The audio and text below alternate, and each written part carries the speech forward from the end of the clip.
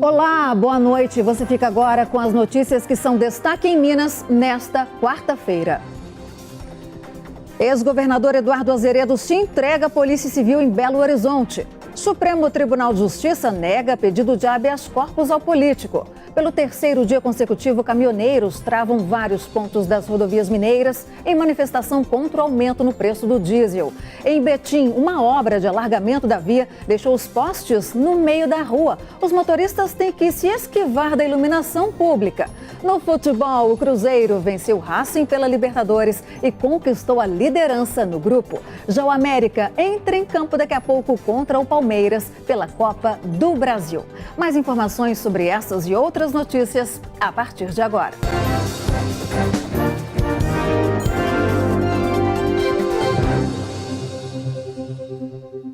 O Supremo Tribunal de Justiça negou o pedido de habeas corpus da defesa do ex-governador Eduardo Azeredo, que tentava evitar a prisão dele. Azeredo, do PSDB, se entregou na tarde de hoje à Polícia Civil aqui em Belo Horizonte. O ex-governador de Minas foi condenado a 20 anos de prisão pelos crimes de peculato e lavagem de dinheiro no Mensalão Tucano.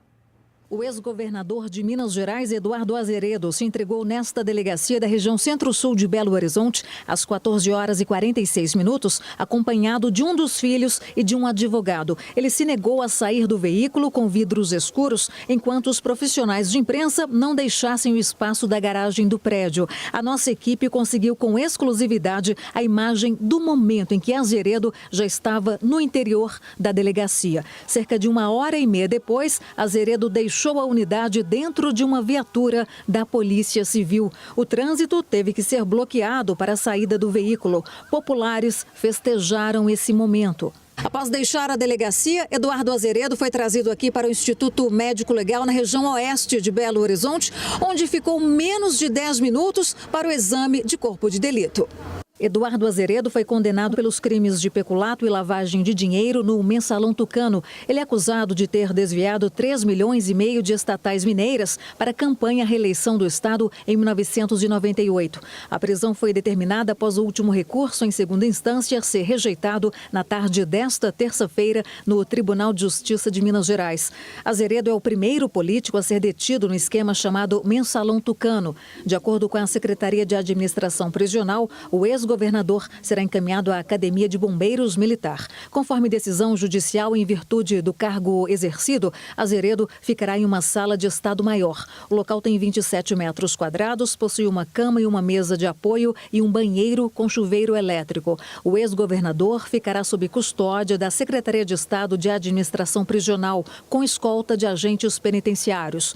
Como os demais presos da SEAP, ele terá direito a 4 refeições diárias, cafés da manhã e da tarde, almoço e jantar. Poderá receber visitas, desde que previamente cadastradas pela Superintendência de Atendimento ao Indivíduo Privado de Liberdade da SEAP. E para falar sobre os desdobramentos da prisão do ex-governador de Minas Gerais, Eduardo Azeredo, a nossa equipe entrevistou um advogado especialista em direitos penal e eleitoral. Atualmente, o ex-governador está condenado a uma pena de 20 anos de prisão, devendo cumprir 1/6 dessa pena em regime fechado. Mas vale lembrar que existem recursos para tribunais superiores que pode alterar o tamanho, né, dessa pena de prisão, podendo reduzir para valores menores, e existem situações, inclusive, que caso a pena venha a ser reduzida, pode vir a prescrever esse crime e ele ser liberado aí desse imbróglio todo aí envolvido aí do Mensalão Mineiro. A Petrobras anunciou hoje a redução de 1,54% no preço do diesel nas refinarias. Apesar disso, os protestos dos caminhoneiros continuam em todo o país. Já são 3 dias de manifestações. Em Minas Gerais, os caminhoneiros ocuparam o quilômetro 485 da rodovia Fernão Dias, em Betim, na região metropolitana de BH.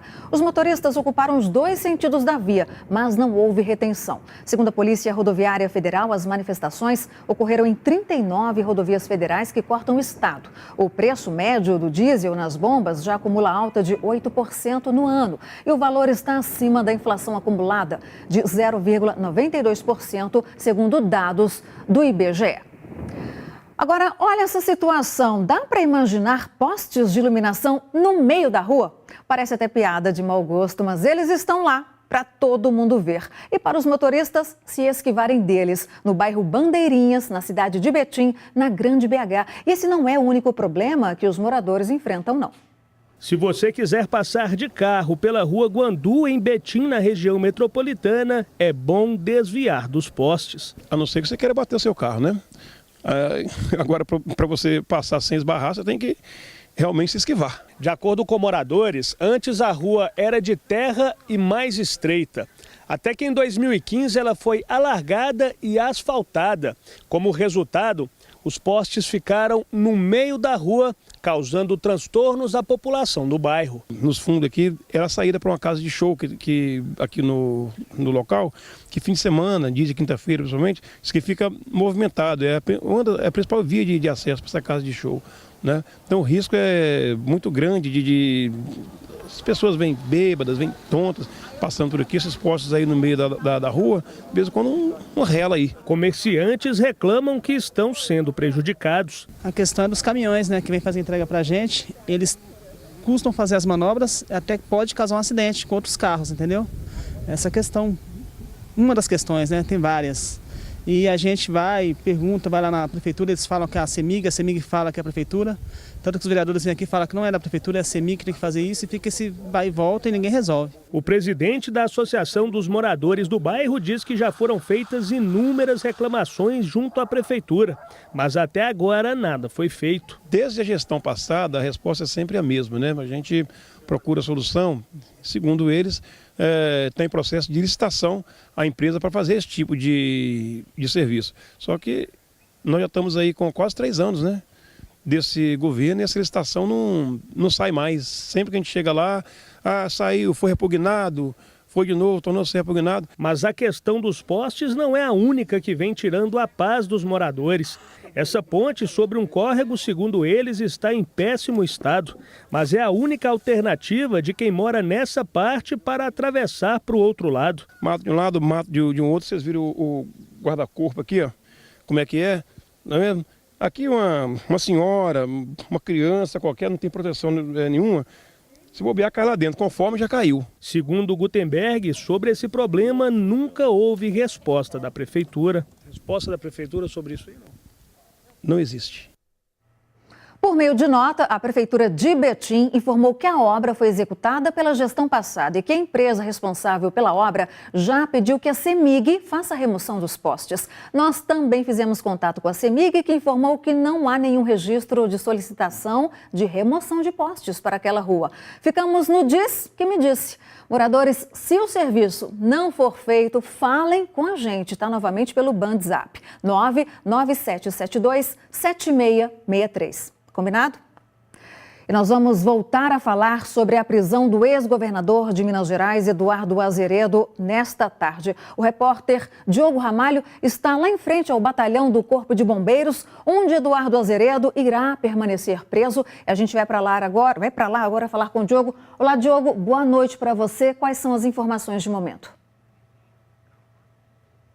Para você também, Luciana, boa noite a todos. O ex-governador do estado, Eduardo Azeredo, chegou aqui ao primeiro batalhão de bombeiros, do Corpo de Bombeiros da capital mineira, por volta das 5h10 da tarde, acompanhado de um dos filhos e também do advogado Castelar Guimarães Neto. Havia expectativa de que o advogado fosse conceder uma entrevista coletiva à imprensa, mas isso não aconteceu. Castelar também já se retirou daqui sem falar com os jornalistas. Agora há pouco, há cerca de 10, 15 minutos, chegou uma viatura do sistema prisional, Luciana, provavelmente já trazendo os primeiros agentes que irão escoltar a sala onde está Eduardo Azeredo. Obrigada, Diogo, pelas informações, e que tarde movimentada em Belo Horizonte hoje, em decorrência desse caso.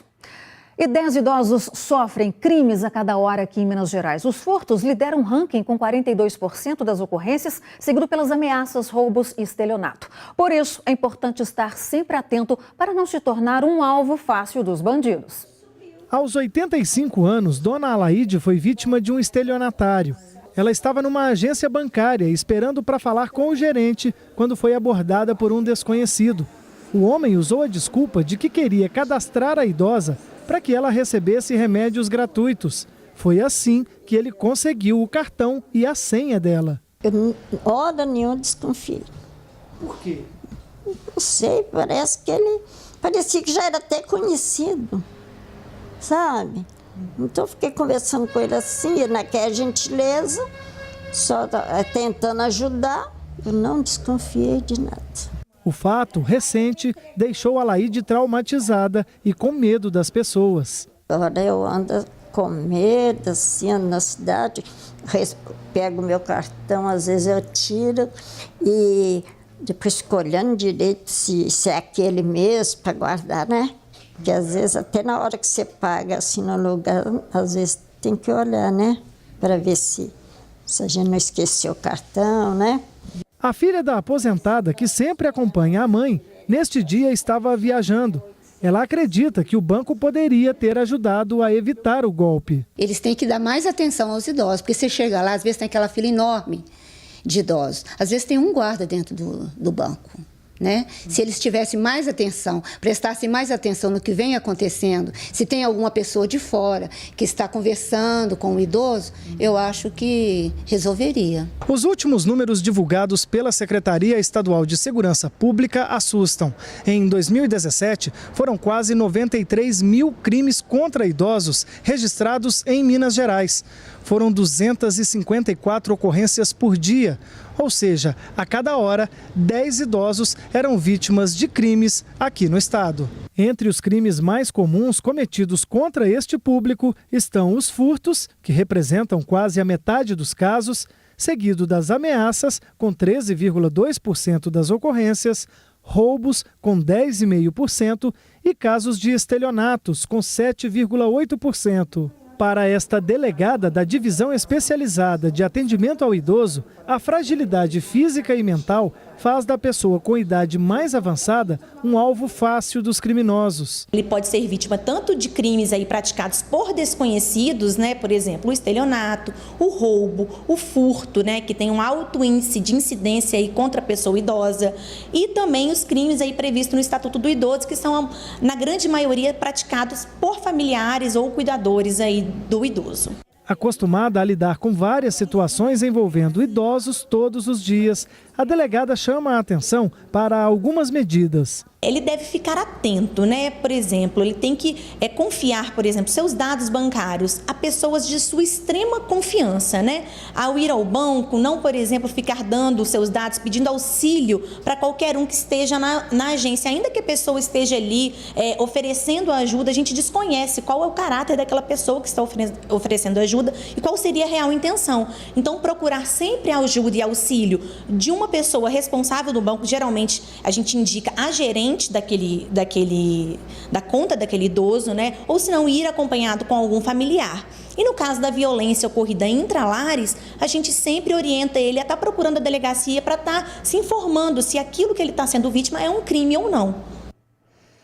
A Polícia Civil de Minas cumpriu hoje mandado de busca e apreensão na Prefeitura de Moema, na região central do estado. Segundo a denúncia recebida pela Polícia Civil, haveria indícios de fraudes em licitações com empresas de asfalto, eventos e até mesmo serviços com advogados. Outros mandados já foram cumpridos nas cidades de Bom Despacho, Nova Serrana e Piedade dos Gerais. E veja no próximo bloco uma boa notícia para quem sofre de enxaqueca. Um novo medicamento pode reduzir as crises de dor de cabeça.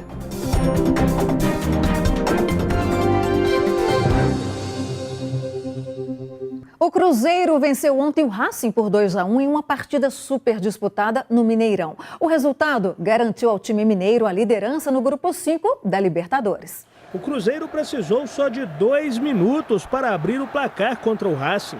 A bola sobrou para Thiago Neves fazer 1-0. E o começo da Raposa foi alucinante. Lucas Silva roubou a bola, driblou e disparou de fora da área. 2-0 Cruzeiro. Mas aos 27 minutos, cruzamento da direita. Centurion livre de marcação. Bateu de primeira e marcou para o Racing. No fim do primeiro tempo, a Arrascaeta ainda perdeu essa chance incrível cara a cara com o goleiro. E o empate argentino só não veio ao fim da segunda etapa porque Fábio fez um milagre nessa cabeçada de Centurion. Com a vitória, o Cruzeiro se classificou em primeiro lugar do Grupo 5 da Copa Libertadores da América, o que lhe dá o direito de decidir em casa nas oitavas de final. Mas o adversário da Raposa só será conhecido no dia 4 de junho, quando acontece o sorteio da Conmebol. Fizemos uma grande recuperação na competição. Nosso segundo turno é um segundo turno de 100% de aproveitamento. Fizemos a nossa obrigação de time campeão de Libertadores, que é passar na fase de grupos. De agora para frente, a competição vai mudar e aprendemos hoje certamente uma boa lição para seguir passando e sonhando com aquilo que podemos sonhar. E ainda sobre futebol, só que agora sobre o jogo de hoje, América e Palmeiras pela Copa do Brasil. A partida é às 9h45 no Allianz Parque, lá em São Paulo. E para nos falar mais sobre esse duelo, eu converso agora com o nosso comentarista esportivo, André Salles. Boa noite. Boa noite, Luciano. Boa noite para todo mundo. Que partida difícil, hein? Realmente, Palmeiras hoje talvez seja o melhor elenco do Brasil, um time muito bom, classificado aí com a melhor campanha da Libertadores. A gente estava vendo agora o Cruzeiro ficou em primeiro, o Palmeiras também em primeiro, mas com uma campanha ainda melhor. 16 pontos em grupo com times como o Boca Juniors, venceu o Boca Juniors lá na Bombonera, um jogo dificílimo. Enfim, o América tem um jogo muito complicado e tem que vencer. O Palmeiras venceu o América por 2-1 aqui, então qualquer vitória do América por um gol de diferença leva para os pênaltis, empate já deixa o América fora, ou seja, muito complicado e vale sempre lembrar, passar para as quartas de final garante 3 milhões a mais no orçamento, que para o América seria sensacional. Agora, André, o Atlético, o Galo, renovou aí o contrato com o menino maluquinho do time. Luan fica até 2022. André, a torcida gostou dessa renovação? Nem tem como não gostar, né, Luciana? A torcida do Atlético tem o Luan realmente como um dos ídolos aí desse time. É um jogador que, se a gente for falar dos últimos títulos do Atlético, os mais importantes, o Luan esteve em todos. Foi fundamental na Libertadores, na Recopa, na Copa do Brasil. É um jogador muito identificado com o Atlético, recuperou das contusões e está tendo uma sequência muito bacana. Então, uma renovação muito boa para o time, que é claro que o torcedor vai gostar. É isso aí, vamos torcer pelos times mineiros. André, obrigado, boa noite para você, até a próxima. E quem sofre de enxaqueca aí vai gostar de saber que um novo medicamento foi criado para aliviar os sintomas, a intensidade e a quantidade de vezes que a dor aparece ao longo do mês. A novidade, por enquanto, está lá nos Estados Unidos, mas aqui no Brasil já tem paciente contando os dias para ter aí acesso, a esse produto. Já são 20 anos sofrendo com a enxaqueca e há mais de um ano essa enfermeira está afastada do trabalho. A mudança de tratamento é constante para controlar as dores de cabeça. A medicação que a gente toma hoje, ela aumenta o apetite demais, queda de cabelo, um sono exagerado, uma moleza. É como se eu não tivesse energia. Um novo medicamento produzido especificamente para combater a enxaqueca acabou de ser aprovado nos Estados Unidos. É a primeira substância desenvolvida para atuar na proteína que dá o gatilho para as crises. O Aimovig tem como base um anticorpo sintetizado em células vivas. Por isso, custa caro. O tratamento é feito com injeções mensais, com preço equivalente a R$ 2.000. Ainda não há previsão da chegada do medicamento no Brasil. Ele tem pouquíssimos ou até nenhum efeito colateral. E os outros medicamentos são muito mal tolerados por alguns pacientes. Uma qualidade de vida muito melhor, com uma redução significativa na frequência de dias com dor de cabeça, redução da intensidade das dores, da duração das dores. A enxaqueca é mais do que uma simples dor de cabeça. Ela vem acompanhada de sintomas como náuseas, complicações intestinais, sensibilidade à luz e a sons. Cerca de 30 milhões de brasileiros sofrem com enxaqueca. Segundo a Organização Mundial da Saúde, ela é a doença que mais causa incapacidade entre os 15 e 49 anos. Em boa parte dos casos, analgésicos e medicamentos convencionais não são suficientes para controlar a dor. É uma dor imobilizante, né? Você não consegue fazer nada. Você não pode mover a cabeça que dói. A cabeça parece que vai estourar. Já cheguei a ficar 2 dias fechada, trancada. O novo medicamento já é uma esperança para quem tenta há muito tempo conviver com a enxaqueca. Eu espero voltar a trabalhar, voltar a estudar, voltar a interagir mais com a minha família, com os meus amigos. E a gente espera que venha um valor acessível, porque se vier muito caro, a gente já não está dando conta da medicação. E uma manifestação agora, em frente ao Tribunal de Justiça de Minas Gerais, na Avenida Raja Gabalha, no sentido centro, em Belo Horizonte, deixa o trânsito lento no local. Segundo a Polícia Militar, o grupo está queimando pneus de um sofá, impedindo a passagem de veículos no sentido bairro também, do bairro Belvedere. Ainda não há mais informações sobre a causa desse protesto. A gente volta a falar sobre esse assunto. Sentido bairro, então, da Avenida Raja Gabalha. E veja a seguir, Copa do Mundo aquece vendas de eletrodomésticos na capital e consumidor está de olho nas novas TVs.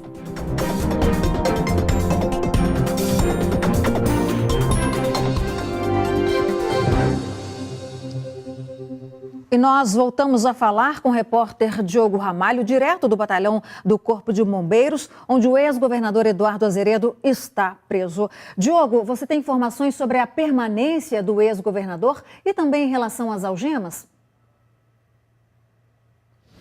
Sim, Luciana, boa noite mais uma vez. Por se tratar de um ex-chefe de Estado, Lu, foi uma decisão judicial de que ele não utilizará daquele uniforme do sistema prisional. Vai utilizar as próprias roupas enquanto permanecer preso. E também durante toda essa condução, delegacia, Instituto Médico Legal e aqui, 1º Batalhão do Corpo de Bombeiros de Belo Horizonte, ele em momento algum foi conduzido com o uso de algemas. É bom lembrar, só para encerrar, que a defesa havia pedido um habeas corpus na última sexta-feira, que foi negado também pelo STJ durante a tarde de hoje. Luciana. Ok, obrigada, Diogo, pelas informações, viu? Boa noite para você. E você já ouviu falar em PDCA? Esse é um método conhecido por planejamento, execução, verificação e ação. Digamos que é a receita do bolo na formação de novos gestores. E para quem quiser aprender essa técnica, um livro lançado aqui em Belo Horizonte ensina a melhor forma de aplicar o PDCA.